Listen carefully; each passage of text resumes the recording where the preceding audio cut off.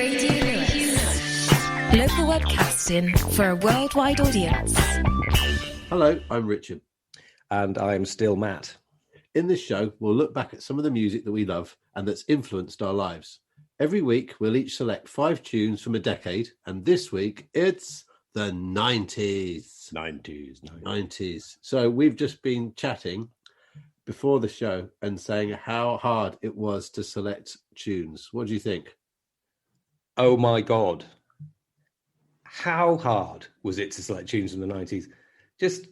I had no idea. I thought the 80s, because the 80s was sort of when I started to discover music, I thought that was going to be tricky. But as it turns out, there are certain songs in the 80s that are indelibly linked to me and my memory of being a teenager that are they're just there.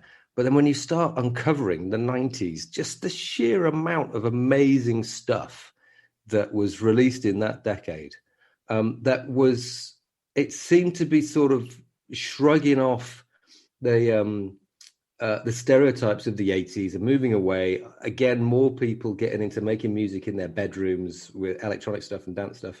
And then suddenly guitars coming back out of nowhere and sort of the new wave of new wave, which turned into Britpop, which we won't mention.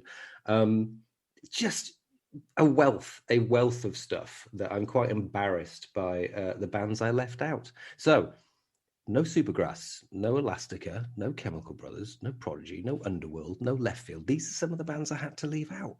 I don't know how. I don't know how I did it this week. I really don't. I know. And the fact that you sacrificed them all for 5 Cliff Richard songs It was a bold choice. It's upsetting, all of us. But we'll go with it. It's fine. I mean, I agree. I mean, it's a decade where I think music was just really good then anyway, I would say. And I think that both from the sort of guitar music side and from the dance music side, there was proper innovation going on. You know, it was the time of Massive Attack and the sort of Bristol scene and Portishead, and there was dance music and just interesting dance music happening. But then on the indie, I hate that word, sort of, guitar-y sort of band side, there was just a lot of interesting stuff coming out as well. So it was a great time for that. I also think, and again, we talked about this before we came on air, was the fact that I guess there were more sort of major, almost like emotional events going on in that time than I actually realised. And when I look back to some of the tunes that had an influence on me in that decade, I realised there were so many good times that we had and I had in that decade, whether it was through going to university or going to gigs or Glastonbury or all these things that we'll talk about a bit more in this show. It was really great. Looking at the tunes was a great way of looking back, almost like a kind of photo album, to go, oh God, right, I did that as well. And that was ace. Yeah, it's like last week we talked about how the 80s covered a lot of ground in music, but actually, if anything, this decade covered a lot of ground personally, because we went from college into the first job, moving to London, blah, blah, blah. Also going to gigs by ourselves, really, for the first time, and deciding where to go and making an evening of it, going to festivals, all this sort of stuff. The whole world kind of blew up in the 90s for me. Right. Let's get you onto your first tune then. What is your first of your 5 tunes for the 90s? So, Pulp. Not Common People, not Disco 2000, because my favourite album of theirs is His and Hers. And His and Hers came out just after I've left college, and I had my first job, and I'd moved to Stoke-on-Trent. Hello, all our listeners in Stoke-on-Trent. There aren't any because you're in Lewes, obviously, but, I felt like I had to say that. And I was working at a local radio station in Stoke-on-Trent. I was up there by myself. It was the first time, obviously, leaving home. And there were a few albums that came out at that time. Dub No Bass with My Headman by Underworld was one of them, Debut by Bjork, and His and Hers by Pulp, that just sort of hit a chord with me for some reason. They'd been around for quite a long time beforehand. They started in the early 80s and done lots of really experimental stuff, lots of weird kind of almost like The Fall, I guess, in a way. And then they found their sort of pop sensibilities with His and Hers. And Lip Gloss is just one of those songs that it always ends up on a playlist of mine because it really showcases Jarvis Cocker's sort of working class, romantic storytelling. It's kind of satirical and dark. It's kind of murkily sexy in the way that Jarvis Cocker is, and it's got a cracking chorus because he does cracking choruses. So they hadn't quite. For me, it's like Parade by Prince is an album that's better than Sign of the Times because it's just before he honed that sound. For me, His and Hers is better than Different Class because it's just before they turned into the pop machine, but we're just getting there. It's a brilliant song. Nice. So, well, do you want to hear my pulp story? Let's start with my pulp story. Please do. Do you know my pulp story? I have no idea what your pulp story is. I didn't even know you had one. Well, when I was at university in Bristol, yes, I got into DJing. You did. And, you know, I had my own little club night, my 80s night in a little nightclub in Bristol. And I also ended up, because one of my mates was the the rep of the student union, the entertainments officer for the student union. He managed to get me also on some of the balls that they did at the school. And one of the balls they had, he said, right, come and do an indie disco for us. So I did this, and the band that were playing at the same time was Pulp. No. Yeah. And so this is what, 1990, it must be about 1990. And before they'd got big at all. And they did their set, and then it was me, Richie D, DJ D. And, I was playing a few indie tunes, and they were still there. And Jarvis Cocker was the only person on the dance floor at one point. So we basically played lots of normal indie stuff, and then we put on something really. It was like earache music. I can't remember what it was. It was just really obscure and loud. And the only person on the floor was Jarvis Cocker. And then once we played that, they came up and said hello, and they said, "Oh, do you want a copy of our record?" And they gave us a promo of Babies, the song Babies? Yeah, off the same album. Yeah. So that's my pulp story, is that he was the only person who danced to some really obscure indie thing that I played. Why have I never heard this story before? I don't know. There you go. 35 years and you're still holding out secrets from me, Rich. Here's the shocker. I don't like Pulp very much, Matthew. I don't like Pulp. They're all right. I mean, they're all right. Don't get me wrong, they're all right. But the thing is, I found there was something too knowing about them, and it was like a sort of a joke. It wasn't a joke. It was just something that was like a one joke act to me, and it was like like you say, it was like a bit working class, a bit arch. He's very.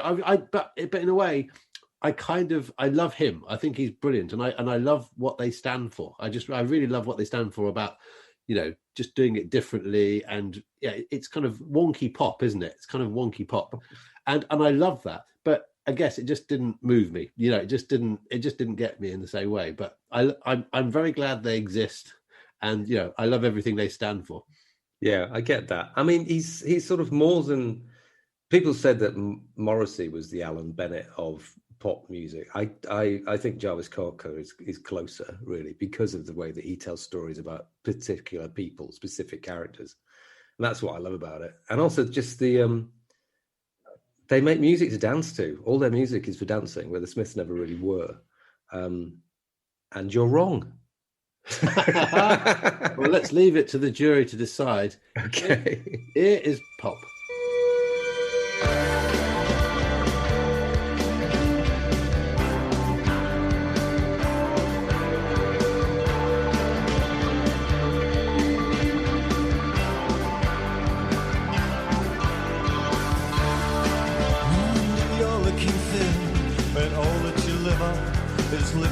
And cigarettes, scraps at the end of the day, when it's given the rest to someone with long black hair.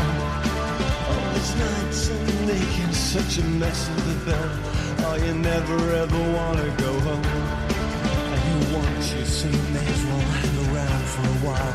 Call your dad on the phone. He changed his mind last Monday, so you gotta leave by Sunday.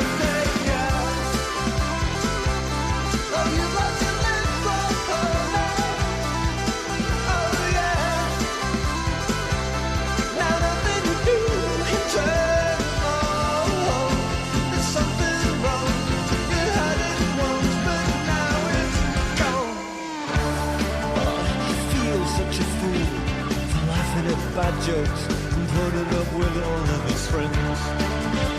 Kissing in public. What are they gonna say when they run into you again? If your stomach looks bigger and your hair is a mess, and your eyes are just holes in your face. And it rains every day, and when it doesn't, the sun makes you feel worse. Anyway, he changed his mind last Monday, so you gotta leave by Sunday, yeah. Oh, you've left your lips on Sunday. Oh, yeah. Now nothing you do can turn him on. There's something wrong. You had it once, but now it's gone. Though you knew there was no way it was gonna last forever, still shook you when I told you in a letter. But he didn't wanna see ya. You nearly lost your mind, oh yeah. And you left your lips on Sunday. Oh yeah. Now nothing you do can turn them on. There's something wrong. You had it once, but now it's gone. Oh yeah. Oh, you lost your lips on Sunday. Oh yeah. Now nothing you do can turn them on. There's something wrong. Yeah, I had it once, but now it's gone.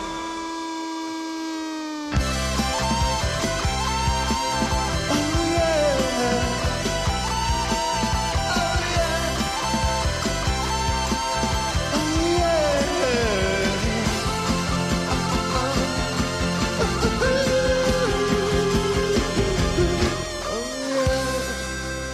Right, there you go. That was Pulp. That was a good first tune. Because it brings us into a particular sort of side of the 90s. And I think we're going to jump into lots of other different sides, from dance music to loads of other stuff, aren't we, over the next hour or so. They're going to be all over the shop. So I'll just take us to another bit of the shop.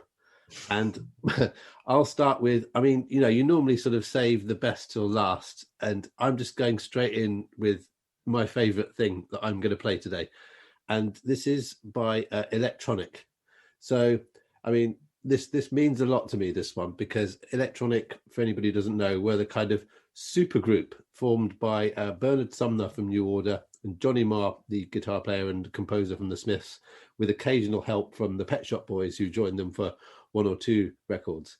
And when they kind of started at the sort of peak of some of my interest in music and my obsession with music, and particularly with New Order and the Smiths. So when I heard that that they were doing something, I was just a bit, oh my goodness, I can't believe this is too exciting. And then when the stuff came out, it was as good as I'd hoped. I mean, it was so good. And I mean, to have something that kind of meets or exceeds your expectations when my expectations were so high for it was just amazing. And their debut LP, called Electronic, is, I would say, if I was asked what my favorite LP ever is, it's that. It's not necessarily the best LP ever, but it's just the one that I return to. I probably play it, well, I don't know, every couple of weeks still. I probably have for the last 30 years. It's just, it still sounds utterly impeccable. It just sounds absolutely brilliant. The songs are superb. And I also think that they are the band that have had the three greatest, first three singles of any band. So there was Getting Away With It. There was Get the Message, which is one of my favorite songs ever. And there's another song from the LP called Feel Every Beat. And just brilliant. My three favorite lead singles ever. And this track that I've chosen is called Idiot Country. And it's the opening track off that LP, Electronic. And I think the thing I love about it is that it sort of showcases the amazing mix of the guitar and the sort of technology and the synths and the dance music they put into it. And it just sounds so lively and fresh. It's like fireworks going off in your head, the way that they've done the sound on this. It's just brilliant. Sorry, waxing lyrical about Electronic. Over to you. I am completely remiss, as you know. I have not I've just not gotten into electronic, and there's no reason for it. I love Bernard Sumner, I love Johnny Marr. I've just not caught up with it, and I need to. It's about time. It's about time, Rich. I've just been lazy, basically. I love this. You should go and get yourself a, like a 1p copy of electronic off Amazon, and just order it. And yeah, I think you'd love it. I think you'd really love it. I do need to dive in, and I've since read Johnny Marr's biography, and he says it's some of the best stuff he's done. He's more proud of that than a lot of the stuff he did with the Smiths. I just need to listen to it, really. So I will, as soon as we finish recording this, I will lock myself in a room and sit down and listen to all of Electronic's albums. Well, you can actually do that. You can start with the first track from Electronic, and this is Idiot Country. My name is not important, it's a signal, a sign. It means I'm doing what I do because I do it all the time. I get a lot of fun emotion, I get naughty if I use you. I would crawl across the ocean so I could not abuse ya.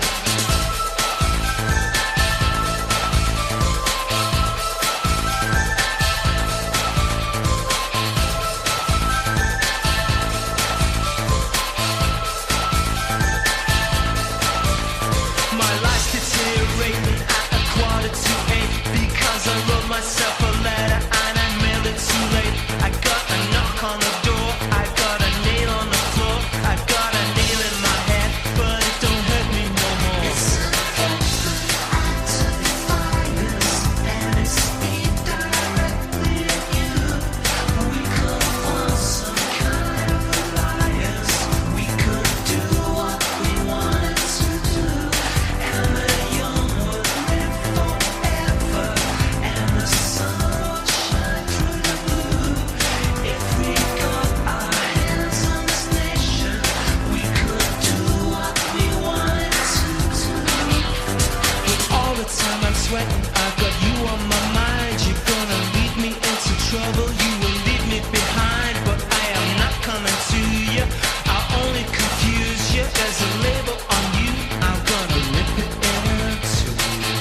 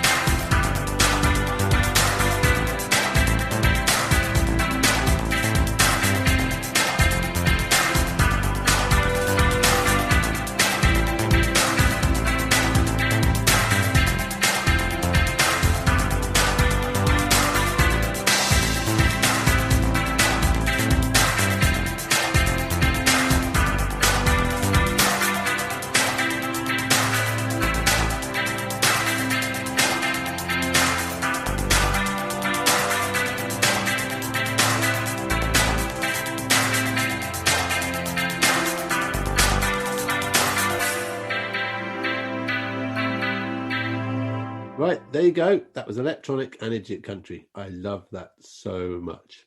Okay, Matt, what's the second tune? Second tune. Okay, I was at college in Southampton from 91 to 93, studying a particularly useless course, which was H&D in Design and Communications. It might as well have been a H&D in making cookies and strangling cats. It was of no use whatsoever to anybody. But I did have the chance to earn some money as a DJ whilst I was there. Met some amazing friends, and was exposed to all sorts of amazing new music. And I remember walking in. We were shooting a mock commercial for something with somebody, and in somebody's house. And I walked in, and there was this tune playing, and it sounded completely like nothing I'd ever heard before, but also extremely familiar. It was very, very loose. The vocals were just a bit off. It sounded like it'd been recorded in somebody's bedroom, which it probably had. It sounded kind of 60s, but also very, very modern indeed. And it was Only Love Can Break Your Heart by Saint Etienne. And there's something about this song, the way it's been recorded, composed, produced, is that it's so otherworldly that it will never sound old. There's lots of songs from that time which sound like, that's so 90s, but this tune just doesn't at all. And I think it's just because it's so loose. It's got this loping groove to it. It's got the stand-up piano riff, which just sounds old and new at the same time. And it's not Sarah Cracknell though, is it? On Only Love Can Break Your Heart. It's Debsy. So it's before Sarah Cracknell came in and sort of lent that kind of wistful 60s sound.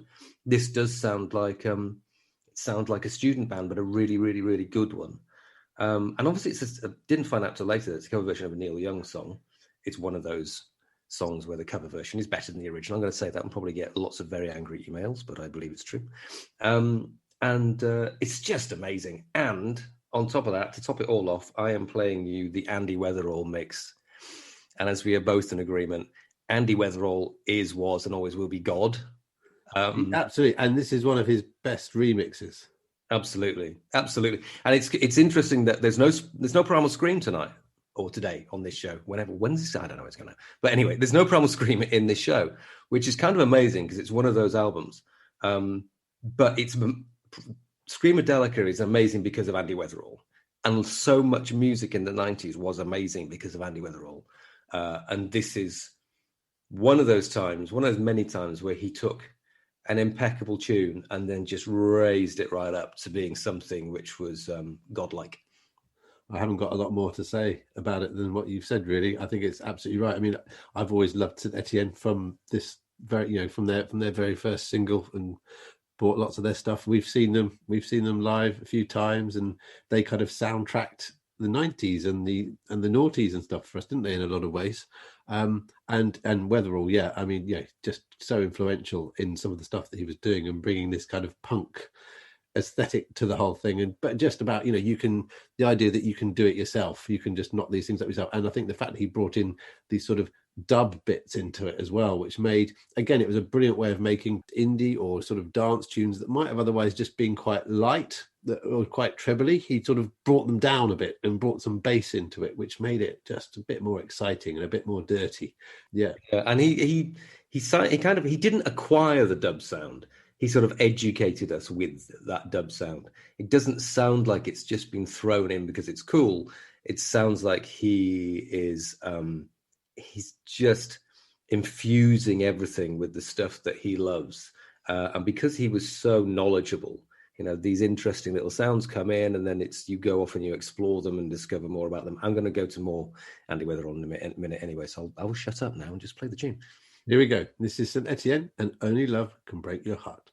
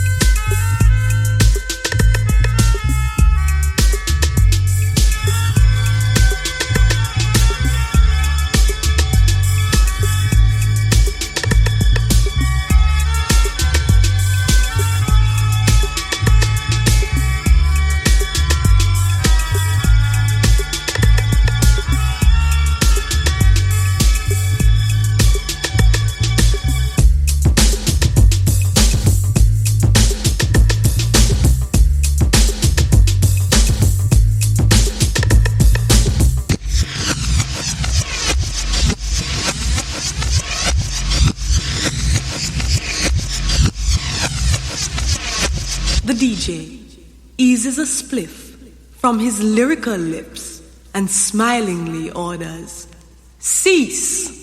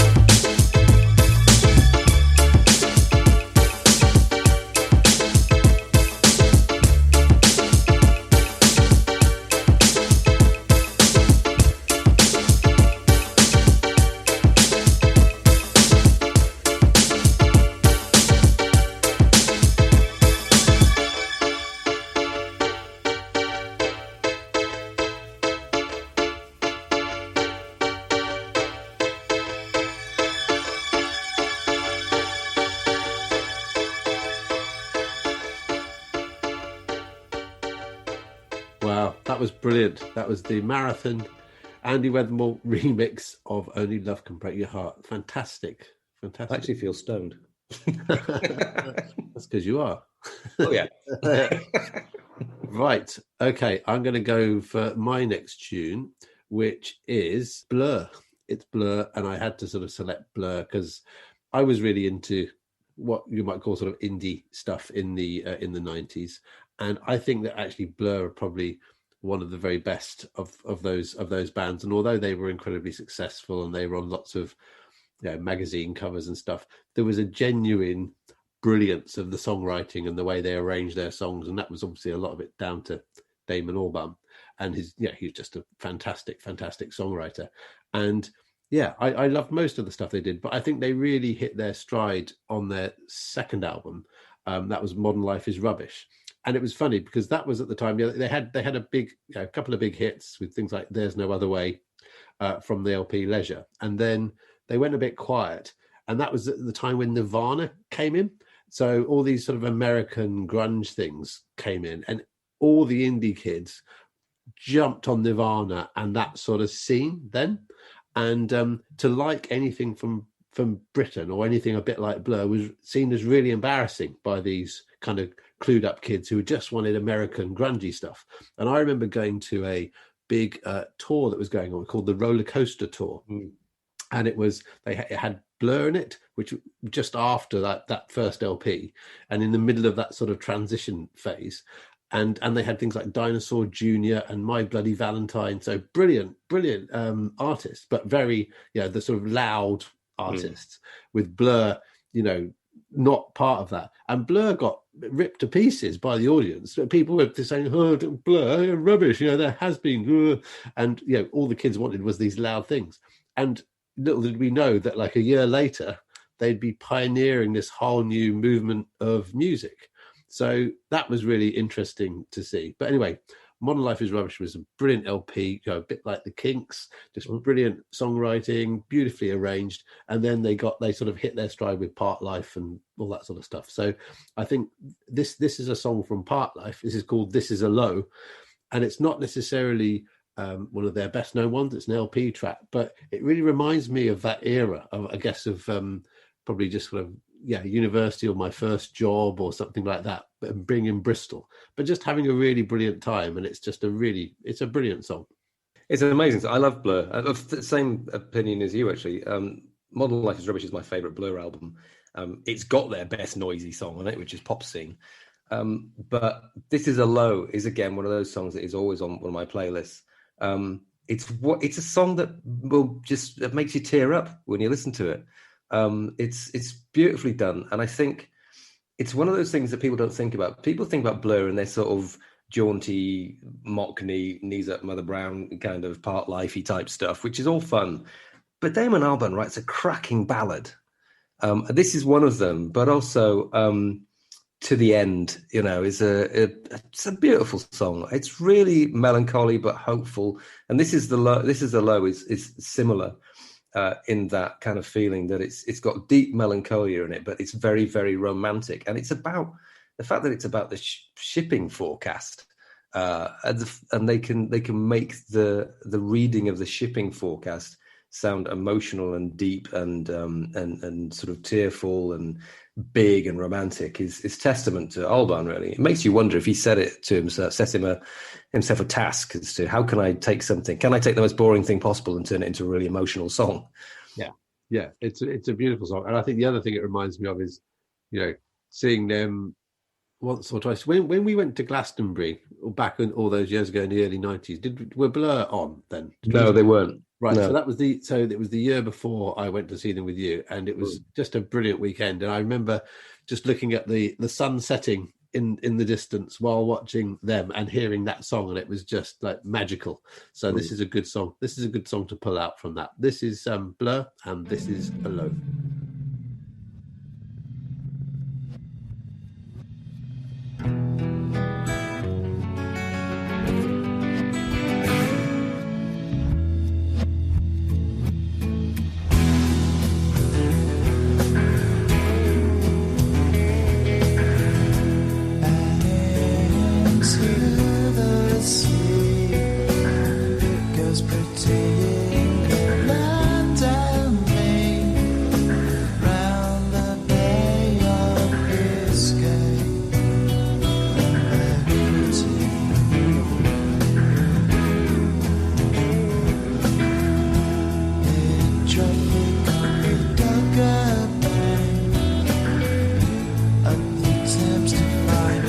Taxi ride, stand by with the tide.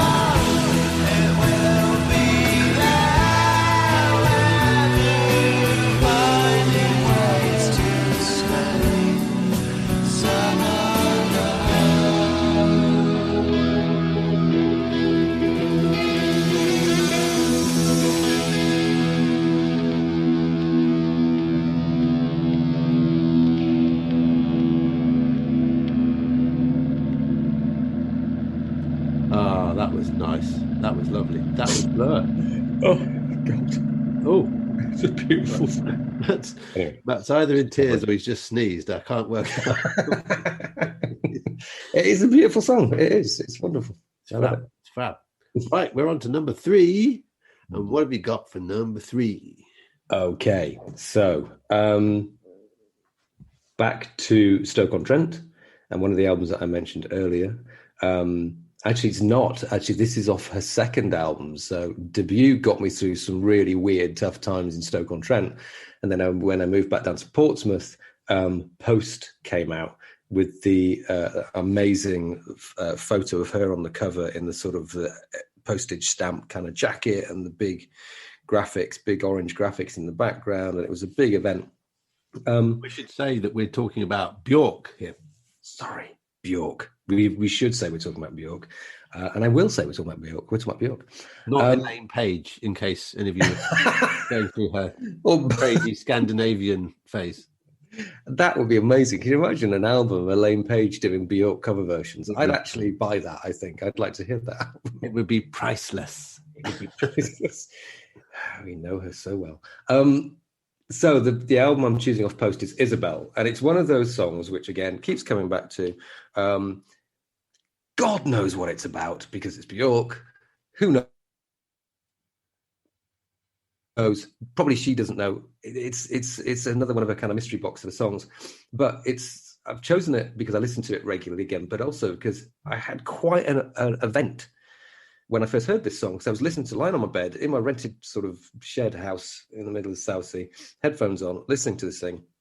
And the strings came in and they swelled up and just completely filled me. Just the strings in this song just absolutely filled me. It was like an instant wave of emotion that came over me with this thing. I've always liked strings anyway, but it came as such a surprise and such a complete joy that it instantly became sort of one of my top 20 songs, I think. And her voice, it's her voice before she went really kind of obscure and quite challenging with the way she sang. She was still singing tunes at that point, which I think she's kind of abandoned since, really. And again, writing stories. I don't know what the story is. It seems to be, I think maybe it's a folk story, but just the whole combination of her voice and these strings just was quite just a really emotional event when I first heard it. And it's one that I keep returning to whenever I listen to it. And it's got a cracking video by Michel Gondry. Fantastic. Yeah.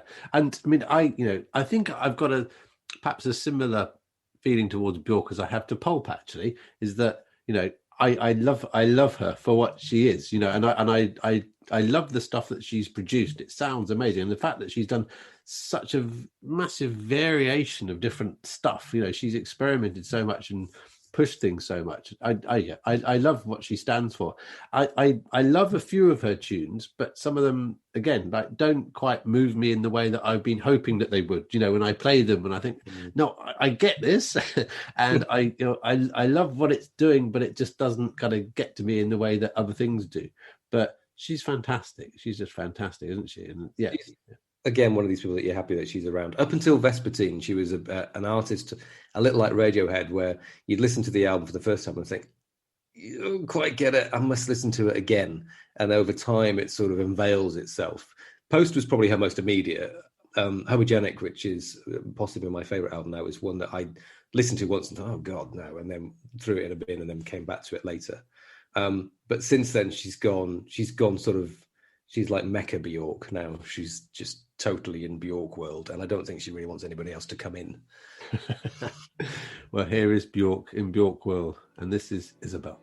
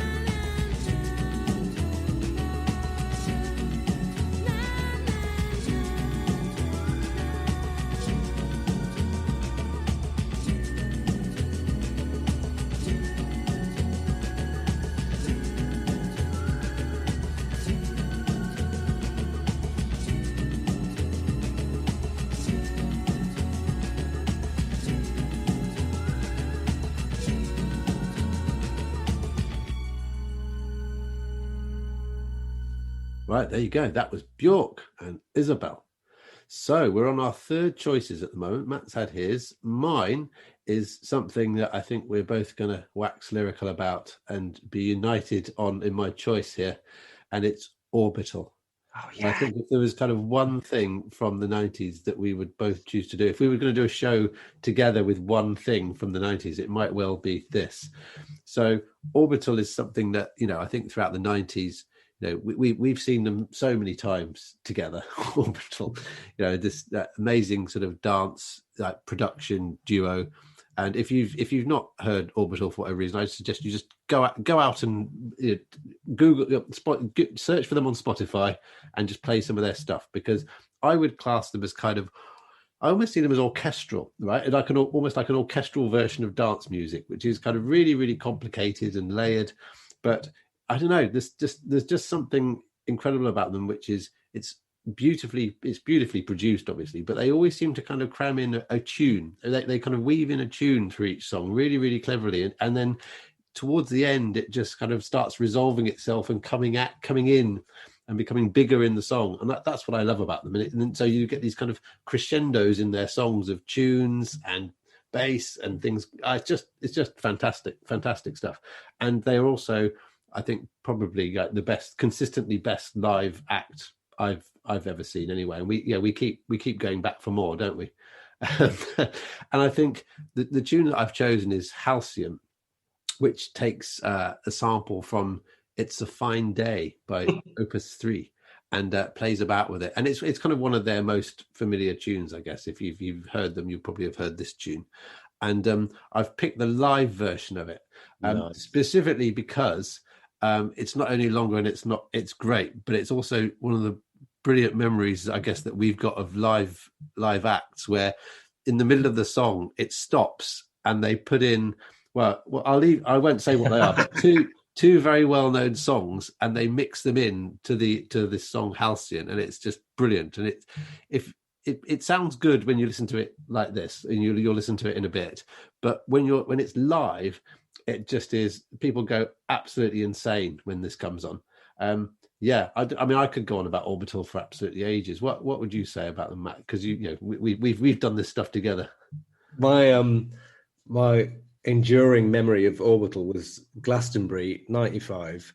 I had the Brown album by this point, and I really, really liked it. Again, as I've talked about before, it's an album with a big sense of scale. It's really aggressive in places, really light in places, always melodic, just tooled to make you dance. I loved the album, but I wasn't the evangelist that I am now. And when we went to Glastonbury, before we went there, you said, "Okay, we're going to go and see Orbital." I said, "Are we really electronic band live? Is this going to work?" And we did, and it was just amazing. It was just amazing, just the two of them with the backdrops and the sound, the volume of the sound. They were just about to release Civilization, I think, or had released Civilization, and it was like nothing I'd ever seen before. And I've just there's something about them. They're very nerdy. They're very nerdy. Lots of people don't get them. Lots of people think they're a little bit dry. How people can think that, I don't know. Now, my favorite album of theirs is Insides, which has got it's got the box on it, which is just a really sinister kind of play on a John Barry tune. But it's the album that makes you realize that really they should be doing soundtracks to films, because it feels like a soundtrack to a film that doesn't exist. I think that's what I mean when I describe them as orchestral. I think that it's that particular LP that for me is like several bits almost of orchestral. They're almost pieces to me, because they're all about sort of 8 or 9 minutes long, and they all connect up, and it's just fantastic. Yeah, they're wonderful, and they're still great now. I mean, they're still great live now. They've gone off of the boil a little bit by trying to make themselves relevant again, which I think they should never do. They are Orbital. They should only be Orbital and do their thing and follow down the tune and create these big, wonderful sonic kind of narratives that they do. And obviously, Halcyon's just a work of genius.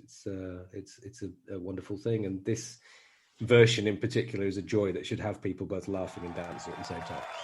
Right, let's put it on. Here we go. Orbital.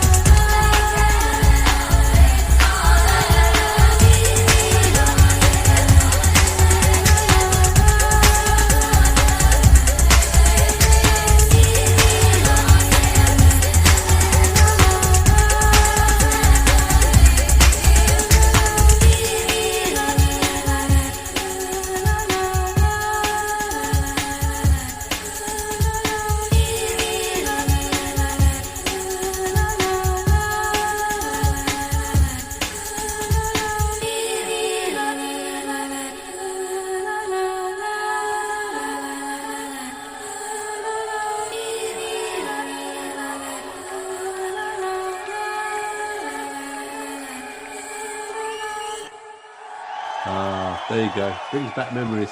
Brings back memories. That's all. Who guessed what the tunes were going to be? I know it's pretty unpredictable actually. That I remember being quite surprised and then overjoyed when they came on. But they've always had a brilliant sense of humor as well, though. In all their, some of the vocal samples that happen in their songs, they've always had a brilliant sense of humor. But never tipped over. They never tipped over into the cheese of kind of like that Prodigy started out with. It was always done with some authenticity and integrity. So what have we got then for number 4 from you? So we're going back to Mr. Weatherall, bringing back Praying at the temple of Lord Sabre this time. So Sabres of Paradise. We saw them live. Do you remember? Yes. Where we saw them live? Yes. One One of the greatest nights of my life, I think. Screamadelica, Brixton Academy, all-nighter, early 92, I guess it must have been. Death in Vegas played, Primal Scream played, obviously. And then around about 4 o'clock in the morning, when we were very drunk and almost asleep, Sabres of Paradise played. And it was absolutely the perfect time for them to come on, because Sabres are just grindy dub techno sort of soundscapes, very quite dark, very gritty, really sort of Andy Weatherall sort of going through his record box to find the more obscure stuff and then retool it in his own kind of image. And Wilmot is the prime example of that, because he's taken this sort of it's a tune from the 30s, actually. I've got it. I forget what it was called, but it's a tune from the 30s, and it's kind of a blues reggae tune. And he just takes the horns from that and some of the guitar lines and turns it into this sort of loping, grindy, dark but danceable instrumental thing that could only be Sabres of Paradise. Everybody goes on about, I love Smoke Belch. Smoke Belch is a great tune, but it's ended up being like British gas ads and stuff. And this for me is the one inappropriate for British gas as well, wouldn't you think? Smoke Belch. Well, yes, although it's them just sort of maybe it's British Gas revealing their own guilt over the pollution of I don't know, whatever. I was going down a really dodgy route there.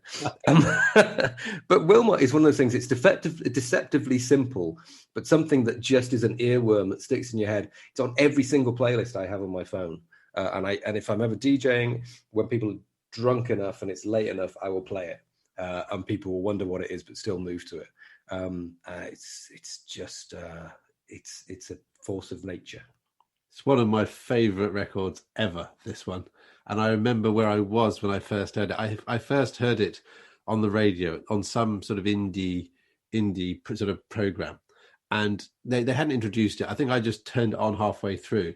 And I was just doing it, and I thought, and it made me want to throw myself around the room with joy, just to dance. And I just almost didn't know what to do with myself. What are my legs going to do to this? This is amazing. It was just so brilliant. And the only other tune that's made me feel like that, and it was around that time as well, was the Chemical Brothers. Oh, which one? And their first single, what was it? Leave Home. Oh God, yes. And I remember that thing. I think I've not heard anything like this before. This is it just keeps going. It doesn't let you go. That song, it just builds and builds and builds, and it's like a sort of chemical kind of like, right, we're going to add this thing and it's going to make you want to dance, and you're going to have to dance to this. It's just so good. But I think Wilmot is the same. It's just completely irresistible, and I come back to it regularly as well still. It was a whole era. You had the Chems just starting up. You had Underworld just kind of like just getting into the second part of their career. The Prodigy was starting to do more interesting stuff. Andy Weatherall was just felt like he was woven through everything. He remixed all of them in various guises. And there were so many amazing bands just doing really weird, not quite electronic, taking strange, disparate tunes and mixing them together and creating this kind of melting pot of just gotta dance tunes. And big break beats, which I always love, big noisy drums on this and on the Chemical Brothers as well. So here we go. This is the Sabres of Paradise and Wilmot.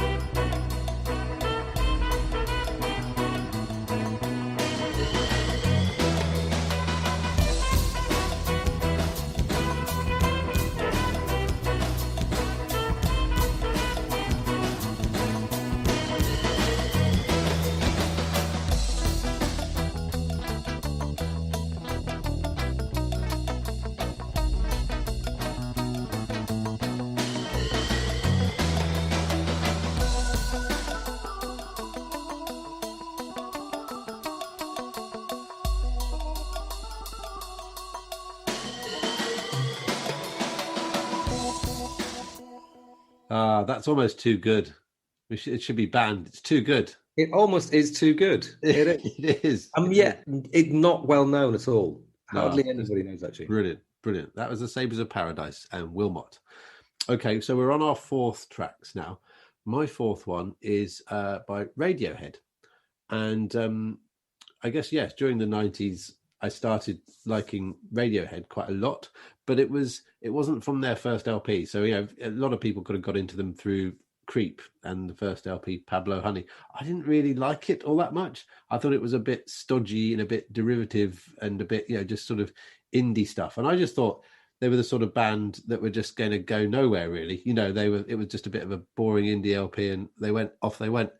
And then they released the Bends, and the Bends was just, I mean, how you could expect that LP from the band that had made that previous LP? I don't know what happened. It was just this complete transformation, and it's just a brilliant LP. Sonically, it just sounds, wow, bloody hell, what have you done?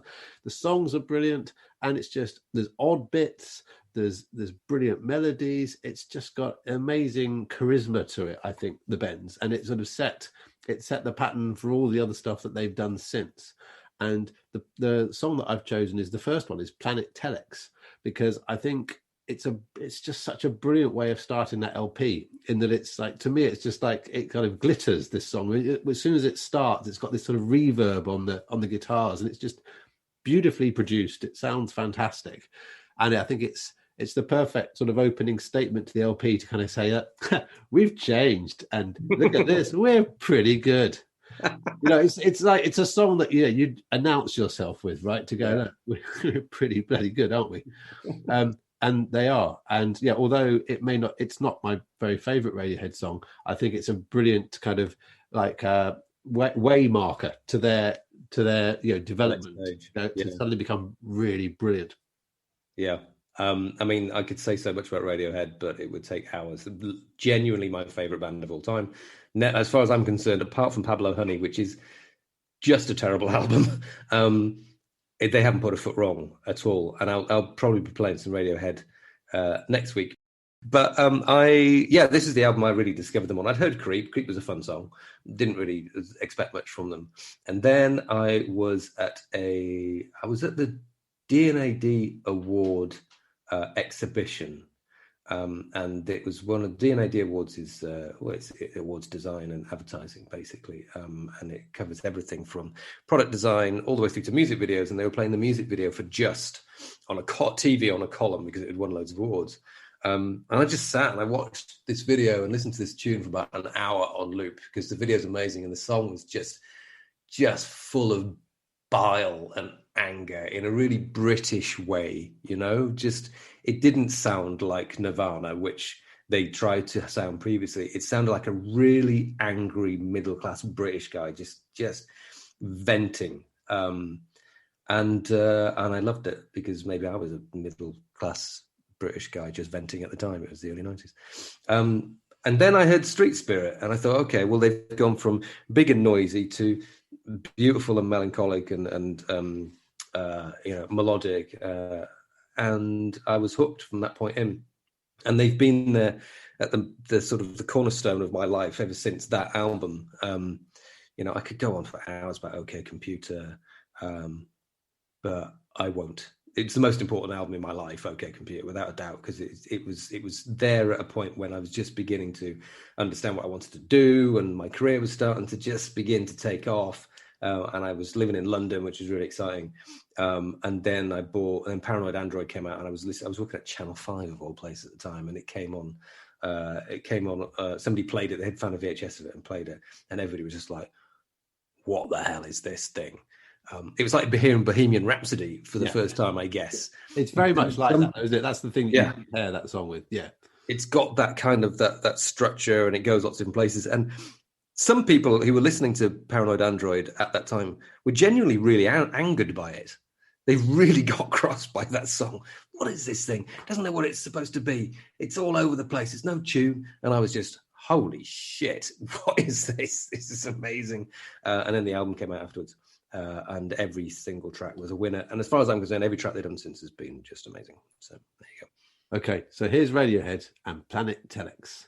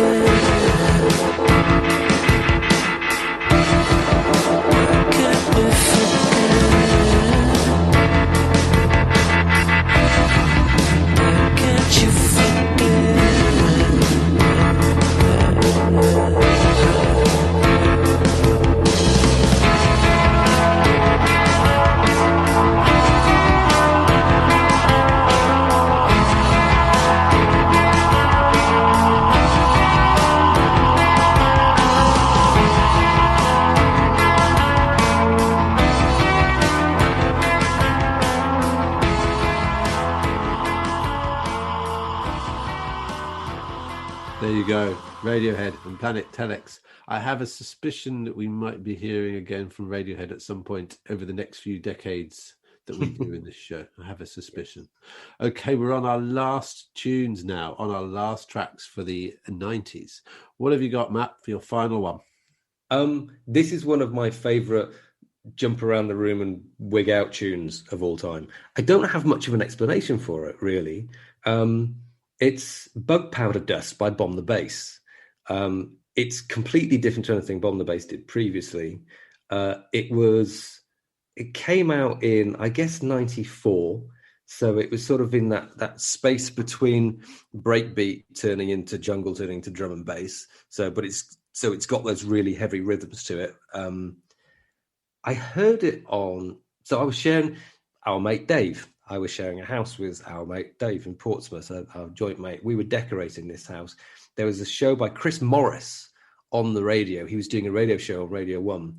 And this thing, I was up a ladder painting Dave's ceiling, and this thing came on. I nearly fell off the ladder because it's one of those tunes that just makes you want to go, ah, and just jump around the room and exert all your energy.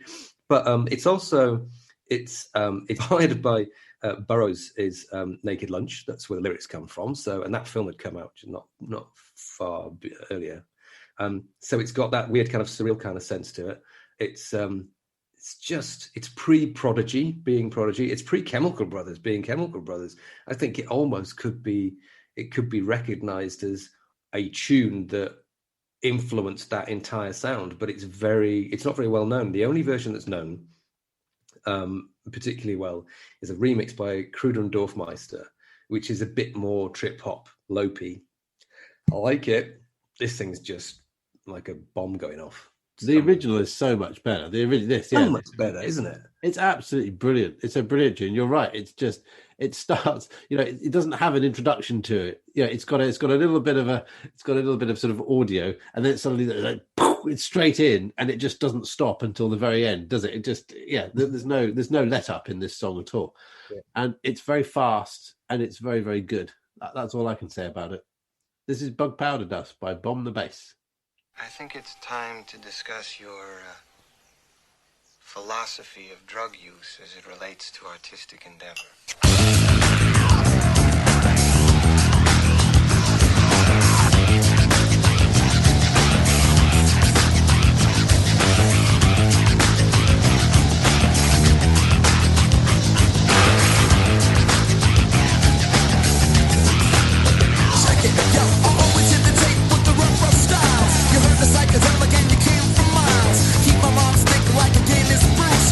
Like a damn when I'm wrecking the crew. I'm like Bill Lee, right when he's in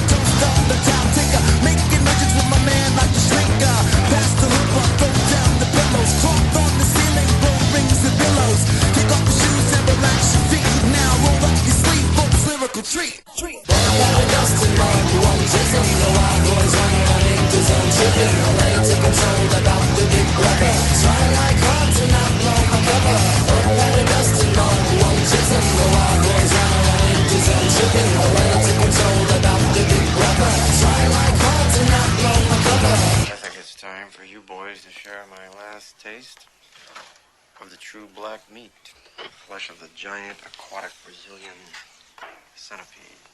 There you go. That was fantastic. That was Bomb the Bass and Bug Powder Dust. Okay, so the very last tune we've got today is my last one. And this is, as a classic old radio DJ would say, I'm going to take the pace down a little bit now.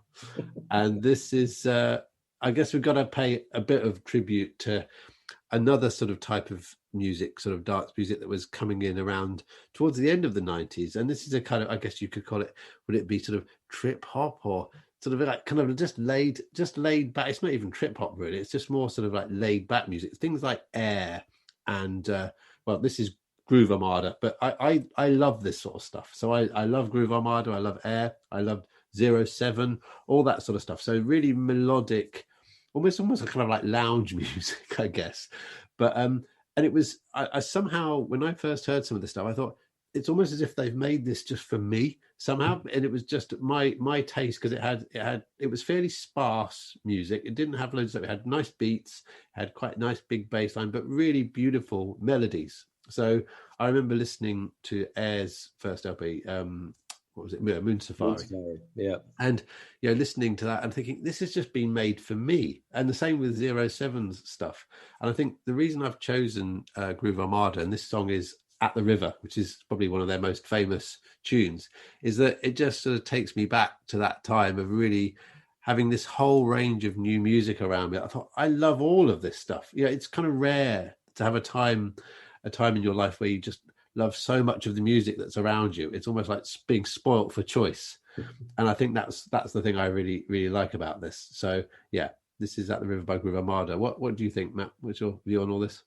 I think what happened here was Jeff Barrow with Portishead unearthed a whole sort of 60s, whole era of 60s music, because it had kind of been ignored or was thought of as being a bit cheesy. Lots of John Barry. If you listen to the first Portishead album, he samples Goldfinger's. There's a soundtrack to Goldfinger on there, and there's a bit of the Ipcris file, and also there was sort of KLM music library music. They were the sort of the big hitters of the kind of loungy music libraries in the 60s, and Barrow kind of unearthed all that stuff, but used it to create sort of this, what ended up being trip hop, which is a fusion of kind of hip hop beats and these down tempo kind of tunes and these influences, quite dark. And then Air came along with their sort of French sensibilities, but also unearthing this kind of 60s soundtrack kind of history stuff and building that into their stuff. And it opened up this whole doorway to people who maybe, for whom trip hop was too dark. They liked the kind of the 60s soundtrack and the John Barry type of stuff, and then the French summer kind of time coming in, summer sound coming in, and it just opened up these doors of just joy, really. So we will leave you with this tune. That's today. This has been the 90s. And next week will be the noughties, which should be very interesting. I've got absolutely no idea what I'm going to pull from that one actually at the moment, so it'll be interesting to see. Anyway, we'll leave you with Groove Armada and At the River. See you next week.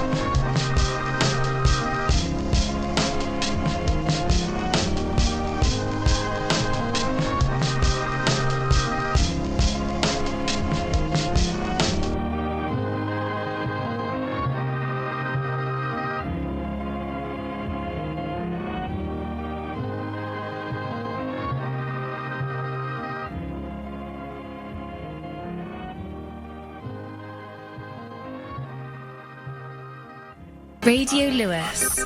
Local community webcasting.